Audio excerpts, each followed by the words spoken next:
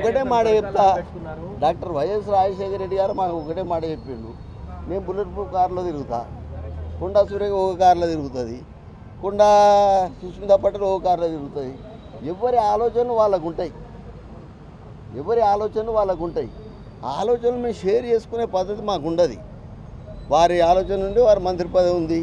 ఇప్పుడు ఫారెస్ట్ గురించి మాట్లాడినప్పుడు నేను వారి దగ్గర పోయి నువ్వు ఇది చేయి ఫారెస్ట్లో, మరి ఇప్పుడు కోయలకో గుత్తి కోయలకో న్యాయం చేయకుండా ఉండవని చెప్పొద్దు కదా, కంపల్సరీ న్యాయం చేయాలని కూడా ఇప్పుడు చెప్పిన నేను. అదే పద్ధతిలో ఎవరి ఆలోచన వాళ్ళకు ఉంటుందన్నా.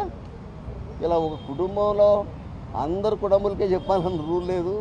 మా అన్న ఉన్నాడు, మరి మా అన్న చెప్పినట్టు మా అన్న కూడా మా కుటుంబంలో ఒక సత్యం సార్ అని మా కుటుంబంలో ఒక భాగం. ఆయనే మీటింగ్లోకి పోతాడు, మొదలు కూర్చుంటాడు ఆయన, ఈయనెవ్వరు ఆయన అడుగుతాడు.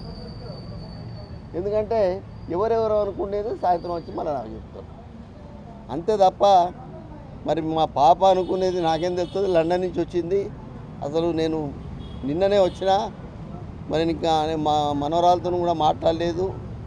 మరి మా మనవరాలను నేను అమ్మ అని పిలుస్తా. మరి సుస్మితా పటేల్ ఏమున్నది అంటే వంచనగిరి మాది, అంటే గీదుగొండ మండలం పరకాల్లో ఉంది. 15 ఏళ్ళు రేఖమ్మ కాడ